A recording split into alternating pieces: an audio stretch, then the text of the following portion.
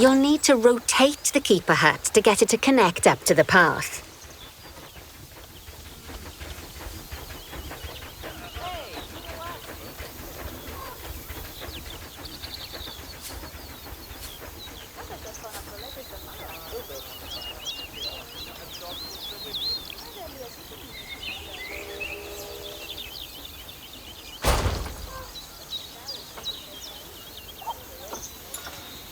This keeper hut only has space for one keeper, but the larger keeper hut can allow multiple keepers to prepare food at the same time. Oh, but bear in mind that keeper huts and other staff facilities shouldn't be placed near to areas where there are lots of guests.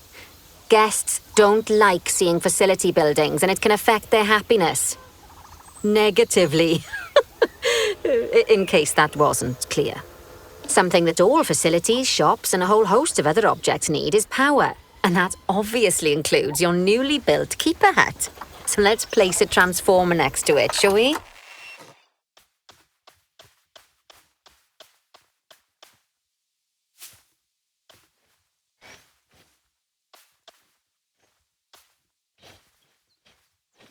Lovely work. Now the keepers can start using the hut to prepare food, and thanks to where you've put it, they won't need to walk very far to deliver it to the ostriches and hippos.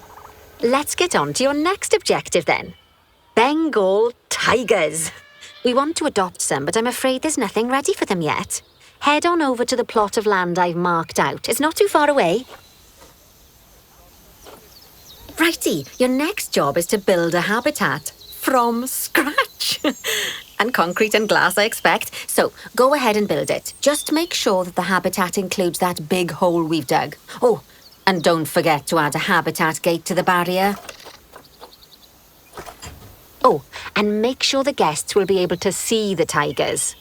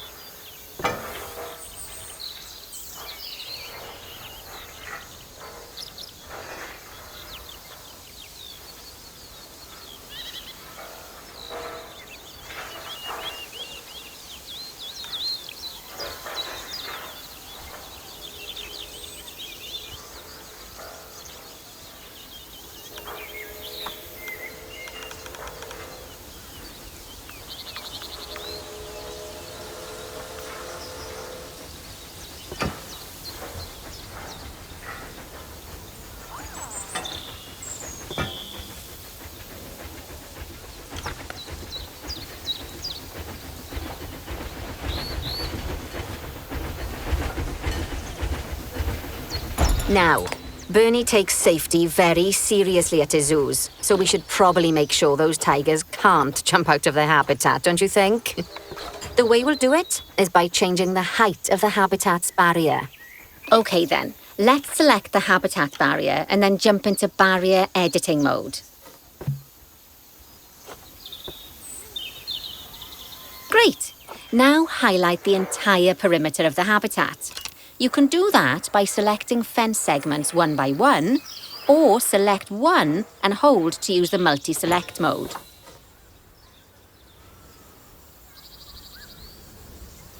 Now that the habitat is in place, don't forget to put down a donation box near to your viewing areas. We need every dollar we can get. Especially as these tigers aren't exactly eating instant noodles for lunch. Okay, that's the habitat boundary complete, the habitat gate in place, and most importantly, the tigers won't be able to jump out of it anymore. I think it's time we adopted those tigers.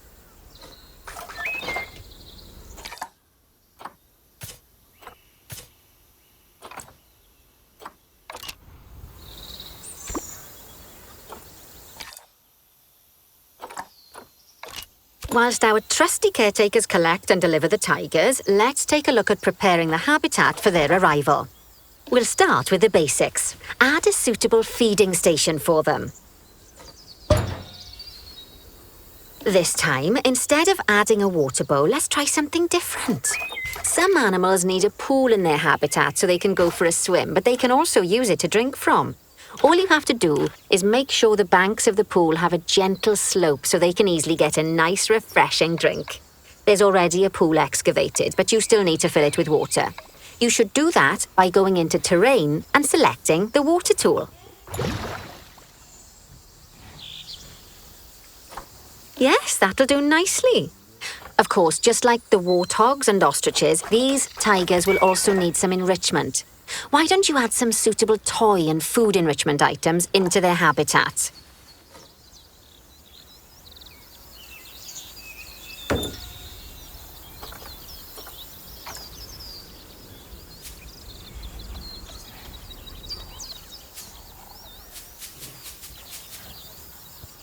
Okay, it's really starting to take shape. Now, the tigers will need a shelter in their habitat so they can hide from the guests, or more likely, the bad weather. Although given that we're in England, you might want to think of that just as normal weather. Go on, add a shelter to their habitat. You can either build one from various suitable bits and bobs, or if you like, just pop down the blueprint that I've already built for you.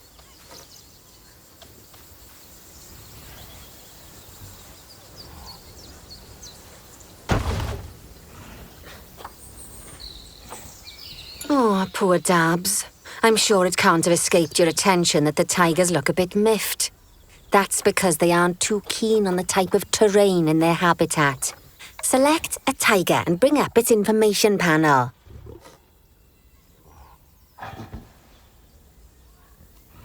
Rightio. Head over to the Terrain tab. That way you can view the terrain information and see how they feel about different types of terrain. That'll tell you what the tigers need more of or less of in this habitat.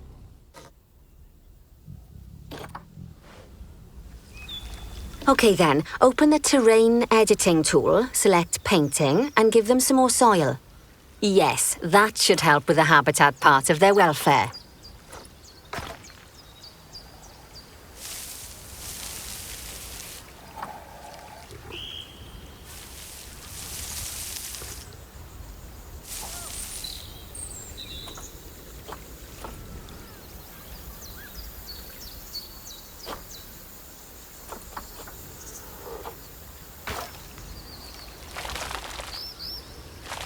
Right then, all animals need plants and trees from their own biome or continent. You know, deserts, savannas, or Asia, Europe, that sort of thing. It looks like these tigers need a few more plants in their habitat. To get a perfect fit, use plants from the rainforest and temperate biomes that are native to Asia. Although if you have to, you can get away with using just one or the other. The tigers will also want a certain amount of their habitat to be covered by those plants. To find out which plants to use and how many, select a tiger and go to the Environment tab.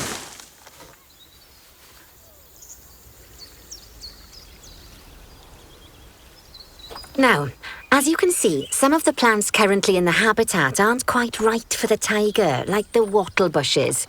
You can remove them if you want.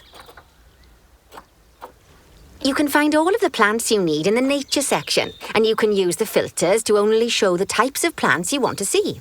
In this case, that's plants from the rainforest or temperate biomes.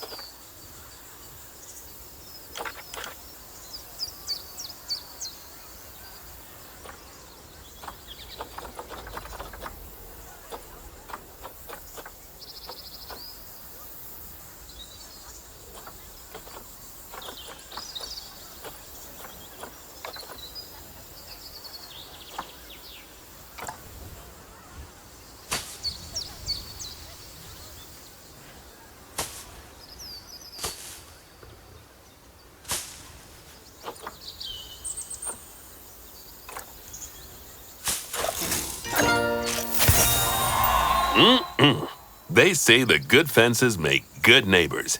I guess that's doubly true when one of the neighbors is a Bengal tiger. Still, those tigers look so happy that I doubt they'd leave, even if you did poke a hole in their fence. Oh, but for heaven's sake, don't test that theory.